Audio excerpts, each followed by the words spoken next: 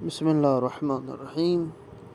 ایک شخص نے امیر المومنین سے سوال کیا کہ کیا ہمارا اہل شام یعنی معاویہ سے لڑنے کے لیے جانا قضاء و قدر تھا؟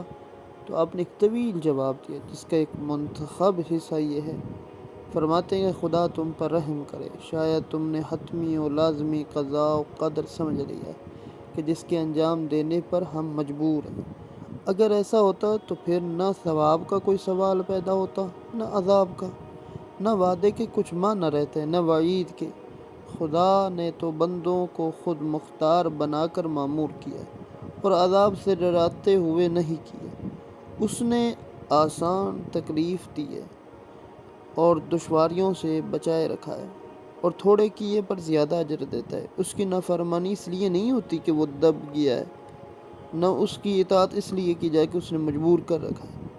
اس نے پیغمبروں کو بطور تفریح نہیں بھیجا، بندوں کے لیے کتابیں بے فائدہ نہیں اتاری، نہ آسمان و زمین اور جو کچھ ان دونوں کے درمیان ہے ان سب کو بیکار کیا ہو۔ یہ تو ان لوگوں کا خیال ہے جنہوں نے کفر اختیار کیا، تو افسوس ہے ان پر جنہوں نے کفر اختیار کیا اور آتش جہنم کے عذاب میں مبتلا ہوں گے۔ اس روایت کا اختتام یہ ہے کہ پھر اس شخص نے کہا، وہ کون سی قضاء و قدر تھی جس کی وجہ سے ہمیں جانے پڑا؟ امیر المؤمنین نے ارشاد فرمایا، وہ ذات پروردگار کے قضاء ہے کہ جیسے وہ ارشاد فرماتا ہے کہ تمہارے پروردگار نے تو حکم دے دیا ہے کہ اس کے سوا کسی کی پرستش نہ کرنا۔ پھر فرماتے ہیں کہ حکمت کی بات جہاں کہیں ہو اسے حاصل کرو، کیونکہ حکمت منافق کے سینے میں بھی ہوتی ہے، لیکن جب تک اس کی زبان سے نکل کر مومن کے سینے میں پہنچ کر دوسری حکمتوں کے سر بہل نہیں جاتی، تڑپتی رہتی ہے۔ یعنی انسان وہ جو منافق کی زبان سے نکلے ہوئے الفاظ ہیں، بعض اوقات انسان کہتے ہیں یہ تو بڑا اچھا ہے، منافق ہے لیکن اس کے الفاظ اچھے ہیں، اور اس وقت تک وہ جو بات ہے حکمت والی دوسری حکمتوں کے ساتھ گھل مل نہ جائے، تب تک وہ یہ بے چین رہتا ہے کہ یار وہ منافق نے جو کہا ہے نا وہ بڑا اچھا کہا ہے۔ فرماتے ہیں حکمت مومن کی گمشدہ چیز ہے، اسے حاصل کرو اگرچہ منافق سے لینا پڑے۔ ہر شخص کی قیمت وہ ہنر ہے جو اس شخص میں ہے۔ پھر فرماتے ہیں کہ تمہیں ایسی 5 باتوں کی ہدایت کی جاتی ہے کہ پہلی ان میں سے یہ ہے کہ اگر انہیں حاصل کرنے کے لیے اونٹوں کو ایڑیاں لگا کر تمہیں جانا پڑے تو تم انہیں حاصل کرو۔ فرمایا تم میں سے کوئی شخص اللہ کے سوا کسی سے آس نہ لگائے، دوسرا، اور اس کے گناہ کے علاوہ کسی شے سے خوف نہ کھائے۔ اگر تم میں سے کسی سے کوئی ایسی بات پوچھ جائے کہ جسے وہ نہ جانتا تو کہنے میں یہ نہ شرمائے کہ میں نہیں جانتا۔ اگر کوئی شخص کسی بات کو نہیں جانتا تو اس کے سیکھنے میں شرمائے بھی نہیں۔ صبر اختیار کرو، کیونکہ صبر کو ایمان سے وہی نسبت ہے جو سر کو بدن سے ہوتی ہے۔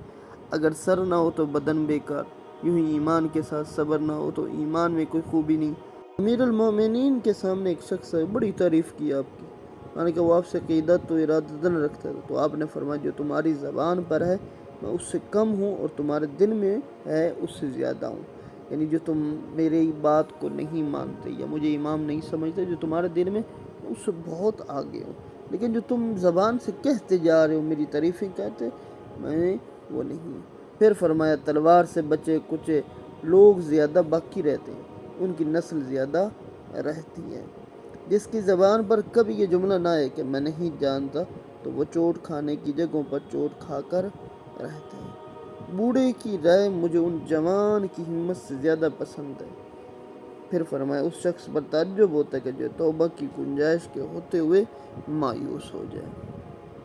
اور ایک اور روایت میں ہے کہ امیر المؤمنین نے فرمایا کہ دنیا میں عذاب خدا سے 2 چیزیں باعث امان تھیں، ایک ان میں سے اٹھ گئی مگر دوسری تمہارے پاس موجود ہے، لہذا اسے مضبوطی سے تھامے رہو۔ وہ امان جو اٹھا لی گئی وہ رسول اللہ صلی اللہ علیہ وآلہ وسلم تھے، اور وہ امان جو باقی ہے وہ توبہ اور استغفار ہے۔ جیسے کہ اللہ ارشاد فرماتا ہے، اللہ ان لوگوں پر عذاب نہیں نازل کرے گا جب تک کہ ان میں موجود ہو۔ اللہ ان لوگوں پر عذاب نہیں اتارے گا جب یہ لوگ توبہ اور استغفار کر رہے ہوتے ہیں۔